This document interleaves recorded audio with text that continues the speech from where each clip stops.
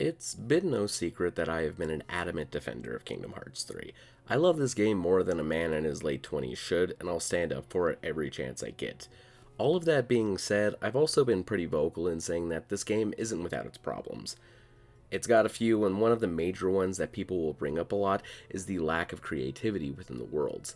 So I thought it would be a fun experiment to see if I could try and make the worlds better in a general sense. I'm not going to be changing the overall storyline for a lot of these, since that would affect the overall pacing of the game, and I've already talked about how that is an issue itself. However, I won't have an option for a few of these.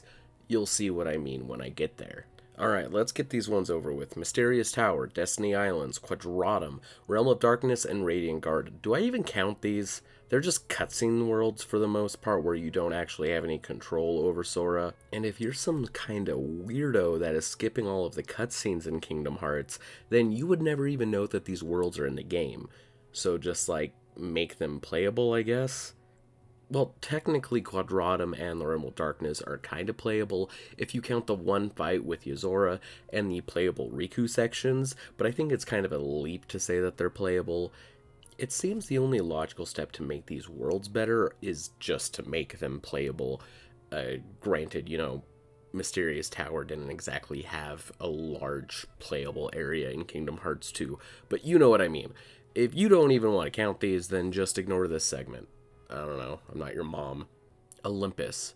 This one is pretty obvious, and something people have been begging for since the game came out.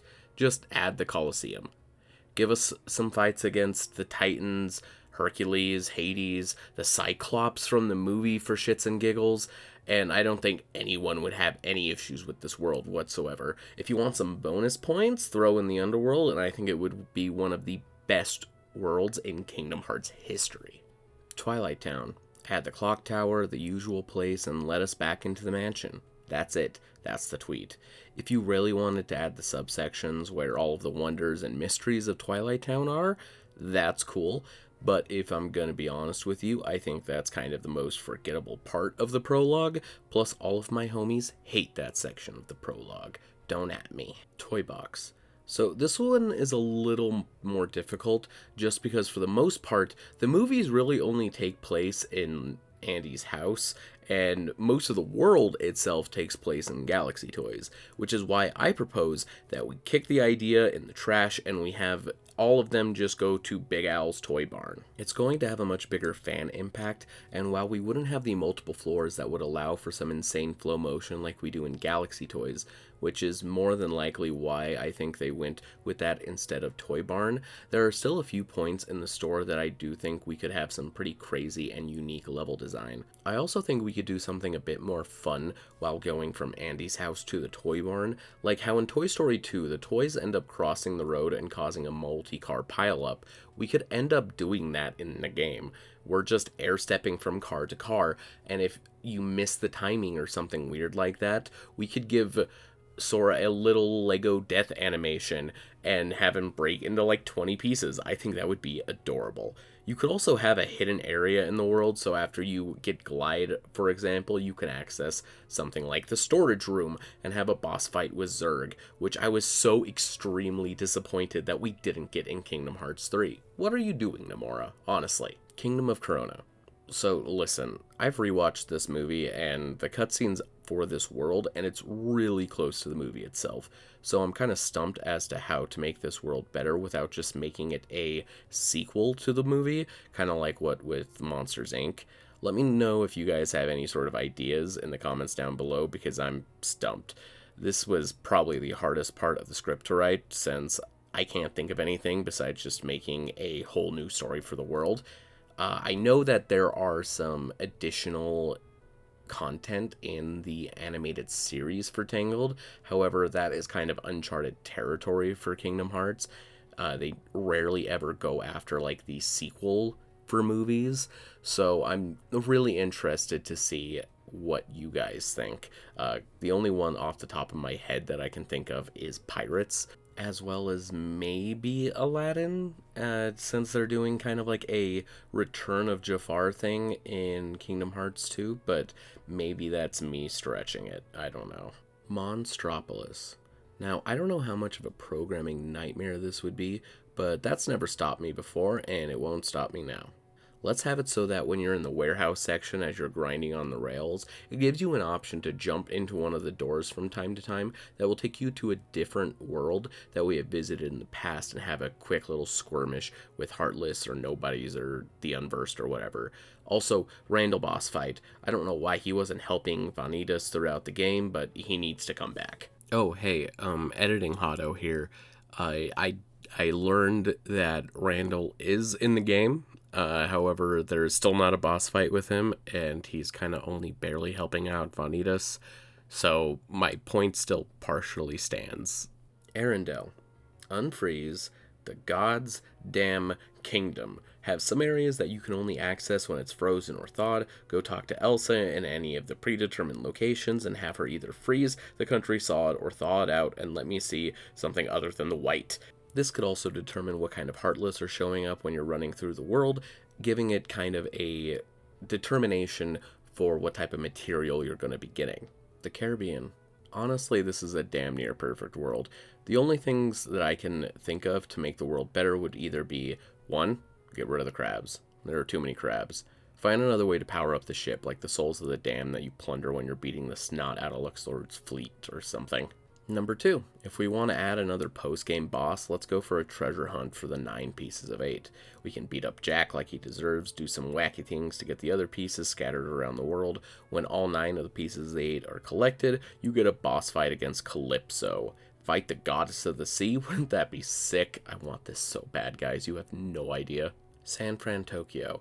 It really shows that this world was the last one added into the development cycle for KH3. It's so barren compared to the rest of the worlds. You have Hero's Garage in the city itself. Personally, I love this movie and found it kind of strange they didn't just recreate the movie for the world because it would have fit so perfectly. Sora's going through this journey to recover something he's lost, and showing how his heart could go down such a dark path would have been really fun. Not to mention, it would have given us a few more locations to play with. The island where Callahan is being manipulated by Dark Riku would be making the nanobots, and it would end with us all stopping them both, while also changing the end and allowing Baymax to survive. We still get a nanoboss fight, get a fun fight against Callahan, and get a little bit more of a compelling story, at least in my opinion. 100 Acre Woods. Listen, I don't want to go through all the worlds again to collect pages, but it kind of feels like the most natural way because despite the message this world gives about Sora and the connection to his hearts, I do really love the slow story pacing for this world in Kingdom Hearts 1 and 2. I was pretty disappointed that this world is about 10 minutes long with 3 minigames that are all the exact same but with different reskins. So just add some mini-games that are actually different, and have this be a world in Kingdom Hearts 3 that you go back to multiple times, just like in Kingdom Hearts 1. The Land of Departure / Castle Oblivion. I would have loved to see more of the training areas for this world, since we only really got to see the inside of the main building, where Aqua and Terra took their Mark of Mastery exam, but for where this world is throughout the course of the game, I can't be too upset because this is kind of the beginning of the end where we get those really long cutscenes. Maybe allow us the ability to visit everybody's rooms. Like, we saw Ven's in Birth by Sleep, but I think it would be really interesting to see Aqua's, Terra's, and Ericus's. Maybe even Xehanort's room. I think he would have had a spare room available for Baldi. Give us that little pinch of personality by showing how this world has been locked down for the past decade and how nothing has been touched. There is a deep magic to that, and I think it would have been very sombering to not only have Aqua look through these rooms with you, but to just feel that separation between everything. The Keyblade Graveyard. This is such a hard world to improve because of the gauntlet nature of it all. It takes such a long time to get through it, and it's not filled with as many spectacles as the final bits of Kingdom Hearts 2. But here's my general idea. We aren't going to be fighting every member of the organization. We're going to be cutting the Larxene, Marluxia, Luxord, Xigbar, and Dark Riku fights. As much as I do enjoy these fights and these characters, having to fight every member of the organization in the end makes it feel incredibly bloated, and I'm trying to trim all the fat I can at this moment. So, while yes, we're losing a ton of character setup for the future entries of the series, I think we need to just put those setups in the game earlier. That way we can still have it for payoff for later, especially since characters like Larxene and Marluxia don't really have the time in their corresponding worlds to really do a back and forth with Sora in a way that really displays their character. This leaves the Vanitas Terranord fight, the Saïx Xion fight, and the final three-way fight with Ansem, Xemnas, and Young Master Xehanort. Ideally, I wouldn't really have Saïx here because we fought him in 2 right near the finale, but I honestly don't see Xemnas trusting anyone else to watch over Xion. The Vanitas and Terranord fight will be changing slightly by having it be a semi 2-on-1 fight, Terranord versus you and Aqua, and then Vanitas versus you and Ven. There will be some points in the fight that will force you to change opponents. We can throw in a reaction command to do some cool counterattack if you time it right or whatever, it doesn't really matter. The Xion and Saïx fight is going to basically remain the same, no notes. For the final 3-way brawl, I do want to have a point in the fight where you get separated from Riku and King Mickey, kind of like in the original, except you do it for much, much longer, and we only fight Young Master Xehanort in that point of the fight.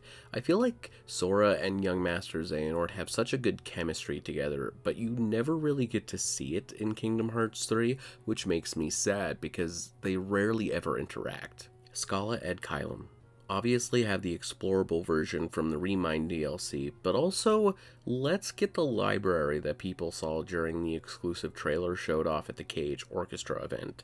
Back when we called this world Cable Town, we got to go into the library itself, where we would later see a young Ericus and Xehanort playing chess. I can only imagine how this place would have felt.